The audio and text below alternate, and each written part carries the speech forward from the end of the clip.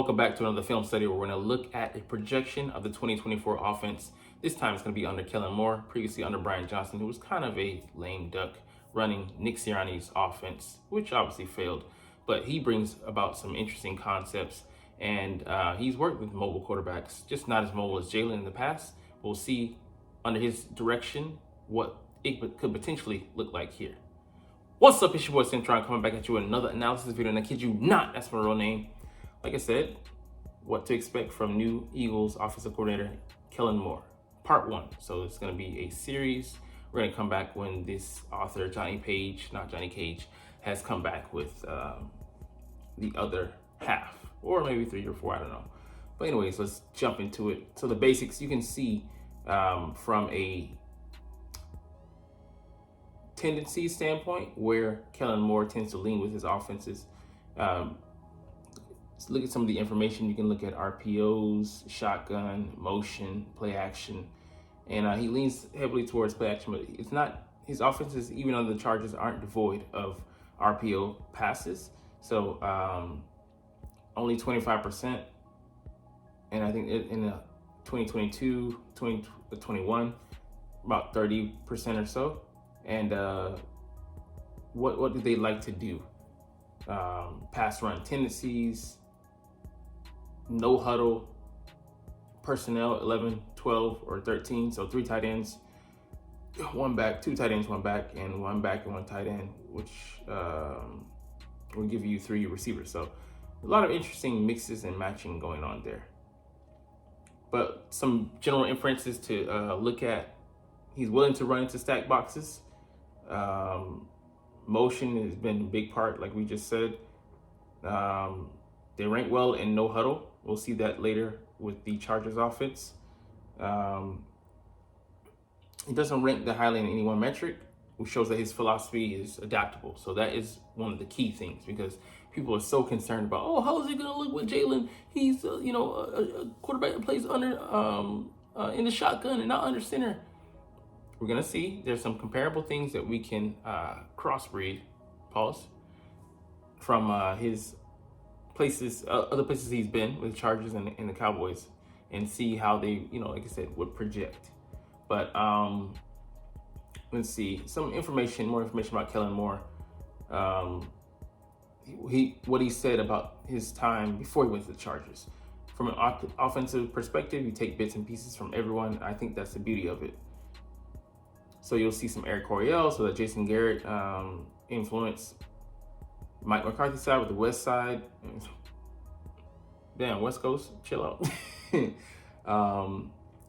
But it's a balancing act in the run game, groove calls, and calls that you can kind of hang your hat on. So plays that you can depend on, plays that you call just when you get into a rhythm, and you want to balance it out in the run game, because it's very important to what he does structurally, as we'll see later.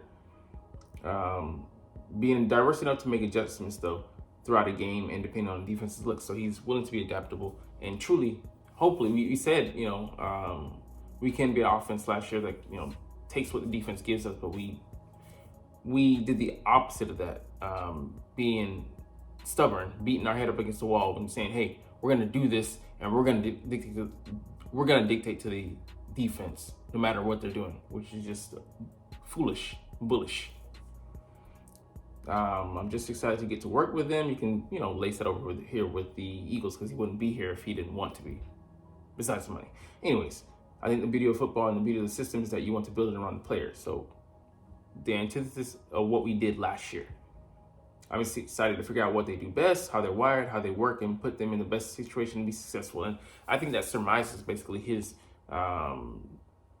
route design and concepts. They make it easier for the receivers to be schemed open, which we'll get into later. Whatever that system ultimately looks like, we'll build it together. And this is my favorite quote. And he actually puts action to what he's saying. I just put it in words. Our whole goal from an outside perspective is to make it look as confusing as possible. And at the end of the day, it's pretty simple for us. It's a lot of the same concepts. It's a lot of ways of doing the same thing. So masking things, and it's really putting action to what Nick Sirianni said he was going to do, build on the offense, simplify things, but just do better what we've already been doing and branching out, which you saw none of. We saw extreme regression this past year.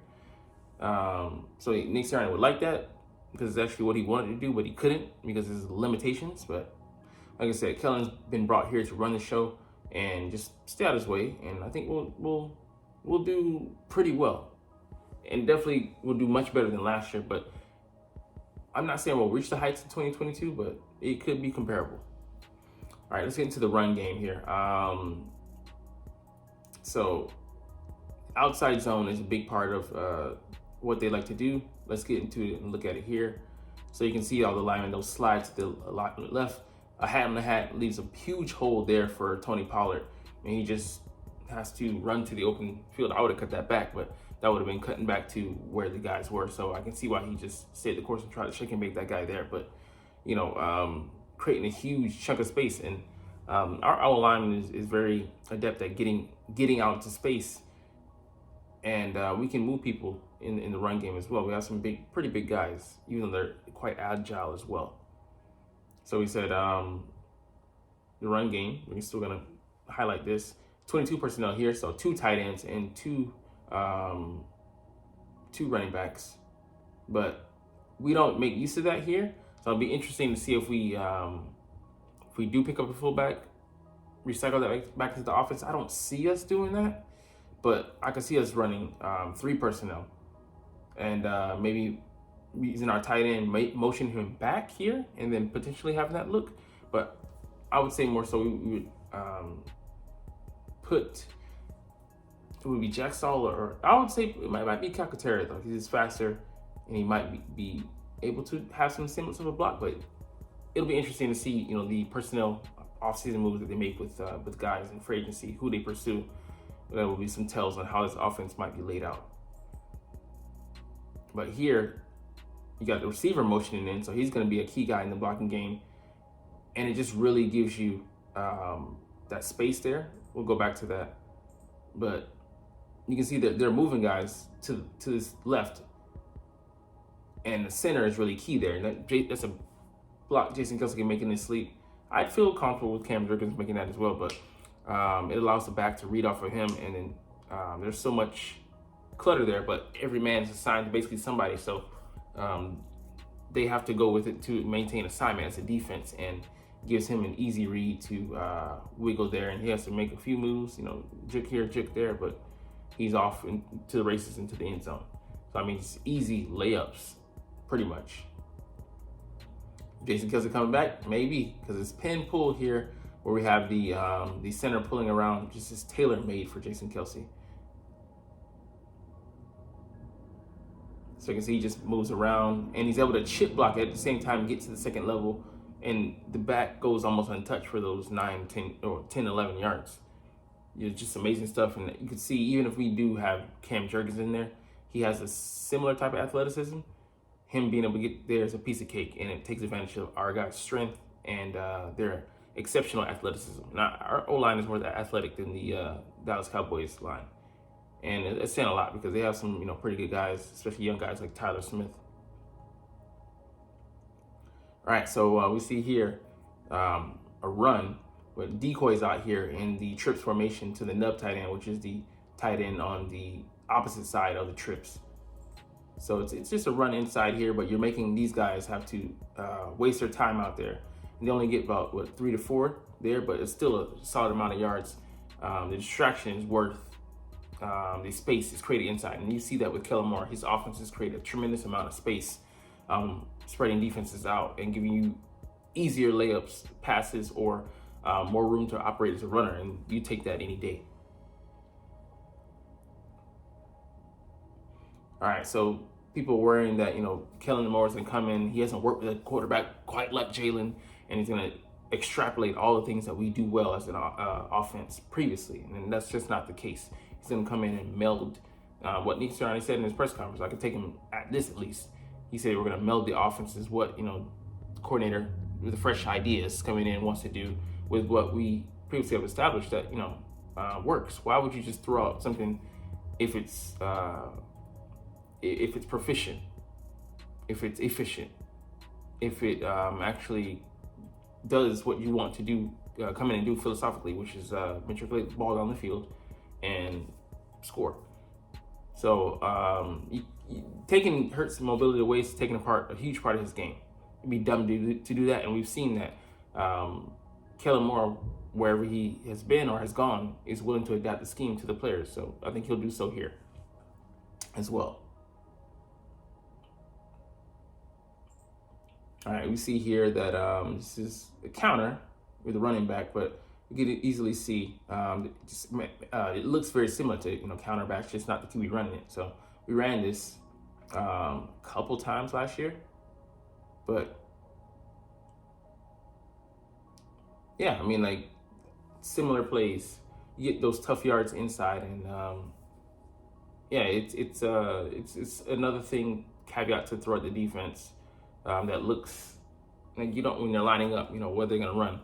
Of course, there's some tells, but I really do want to shy away from the shotgun as much as conceivably possible, because it just makes it easier for defenses to know, okay, to whittle down their options, what we're gonna run, what we're gonna do, because there's only so much you can do out of that. But when you mix and have Jalen under center, you have him in a 2-back set, you have motion. I mean, there's so many things to get the defense thinking. Once you got them thinking, you slow down the reaction time, and that's a win. All right, so how will you use Jalen Hurts? We can see here, this is an excellent play that shows like Jalen scores easily off this. Spread the guys out, motion, take away from that side, and he has a personal assistant guiding him into the end zone. We saw a bit of that like with the QB draw, where I think it might have been against the Chiefs, and it might have been Chiefs and the Bills. I think it was a Bills game, where it's basically an escort up the middle, up the gut into the end zone, and Jalen goes untouched. And this is just that on the exterior of the formation, but same idea. Have a personal protector, limit the exposure to Jalen Hurts, the hits and such that can accumulate over the course of a season, and you got money, man.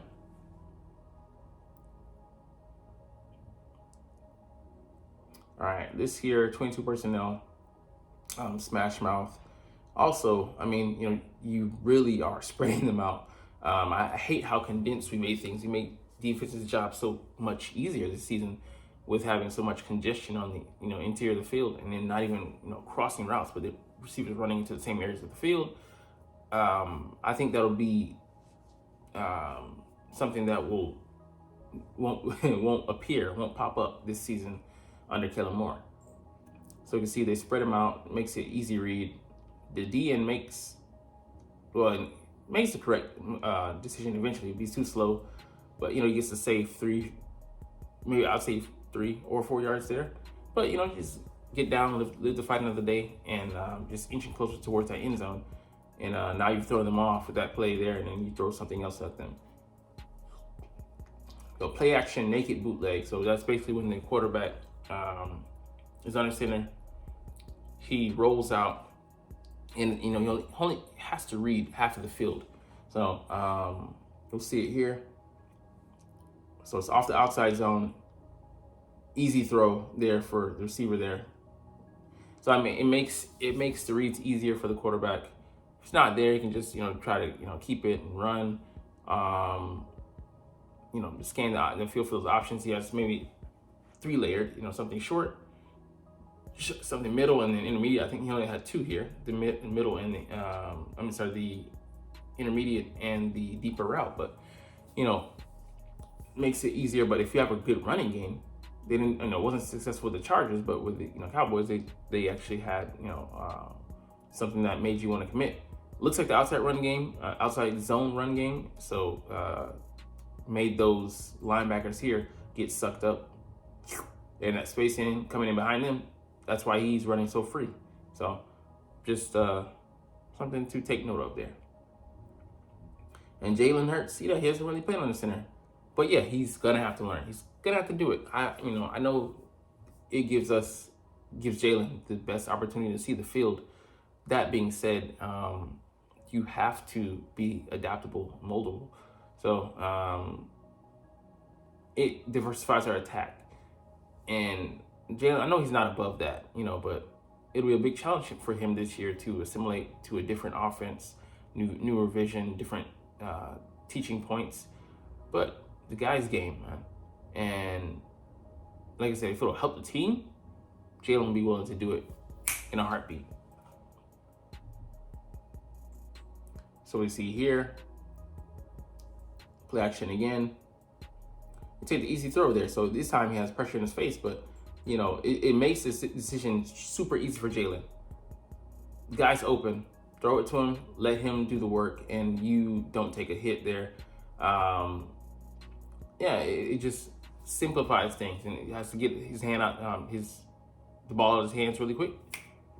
It'll do that. And I love the little wrinkle here. I didn't see it before, but it's coming off of him blocking, fake blocking, and then him rolling out to the route. We didn't have a lot of those this season, so I want to see more of those type of deception routes, and they work really well against an aggressive defense. All right, now we get to the motion, the one that we kind of paid credence to here, but it was really just useless motion, just super decoy motion. Just okay, we're doing it now. You guys, you're content. Just had no meaning, no purpose behind it.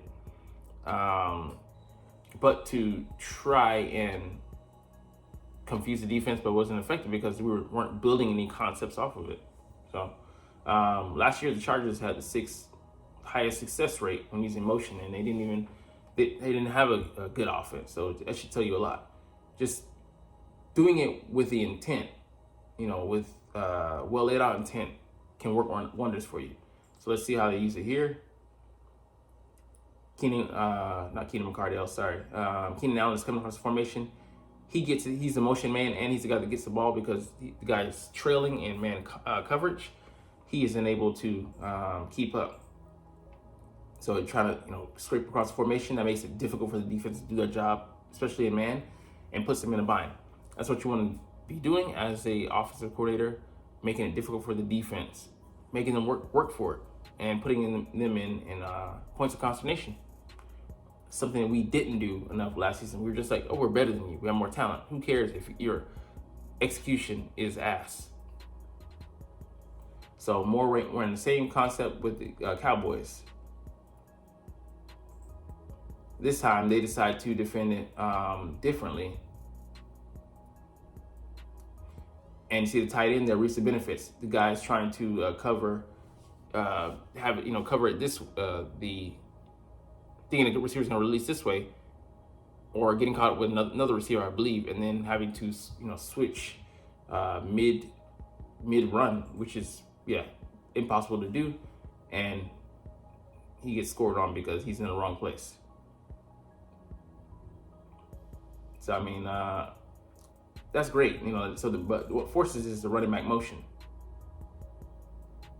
So he scripts across the formation, switches the responsibility last minute, and then there's not a lot at that point they can do about it when they're already sold on their responsibilities, and you switch it.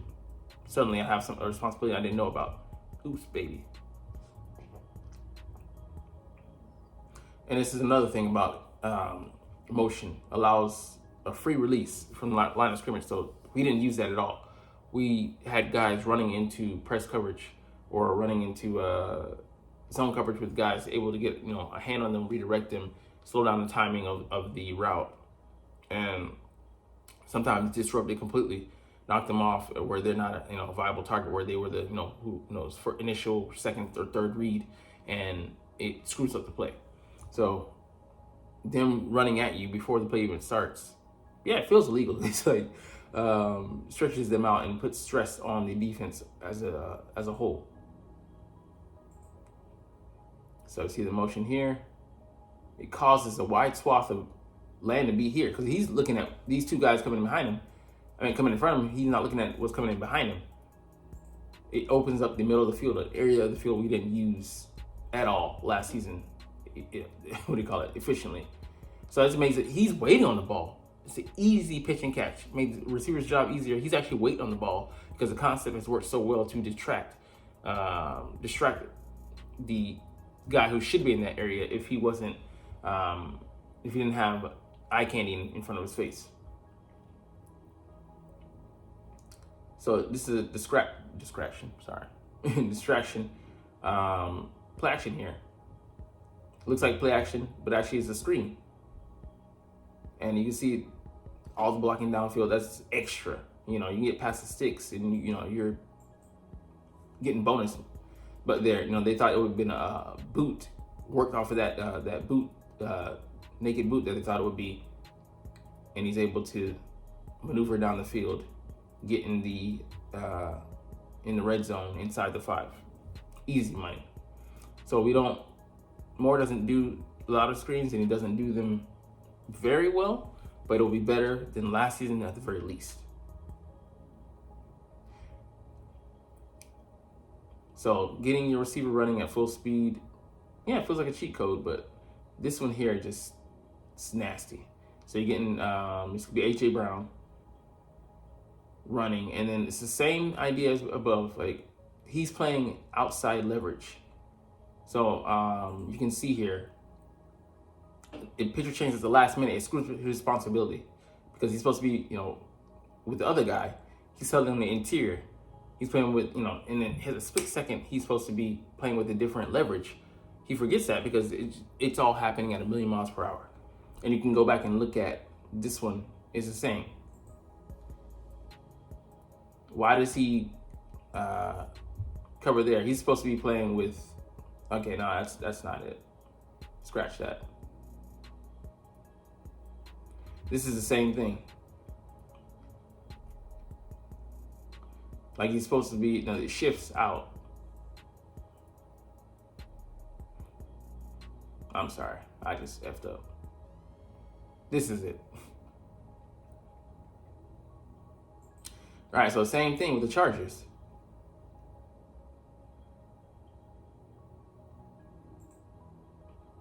So he motions. The guy on the inside takes advantage. He's supposed to be having outside leverage. He has outside leverage because he's supposed to be with the other guy. Different play. So I love that it's a different play, but the concept behind it remains the same.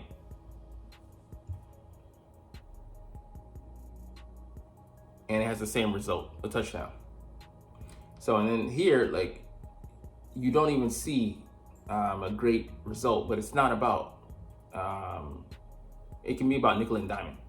It doesn't have to get everything all at once, which we try to do too much of this past season. He shifts out and then just runs up the middle. And you can have a similar look like that later where you actually pass it. So causing the defense to constantly be on their heels. Bam, it's a quick screen. In that time that, they don't shoot on it. So, he totally thought the screen was going for it.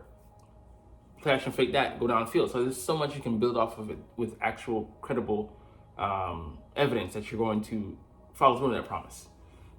Unlike what we did this past year, just too vanilla, too straightforward, which is just insane.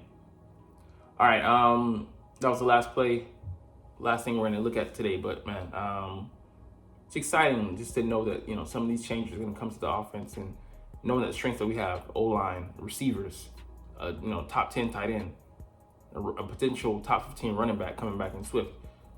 There's a lot we can do. But anyways, you're not even here. You're not watching this, but it's all good because I love talking about the Eagles and I love making these videos. So we're going to chunk the deuces. But as always, it's fly, Eagles, fly, and let's motherfucking go. Like, comment, share, subscribe if you Thanks for watching. Check me out at Cintron, Cintron Anime, Cintron Life, or Cintron Laughs, or other social media.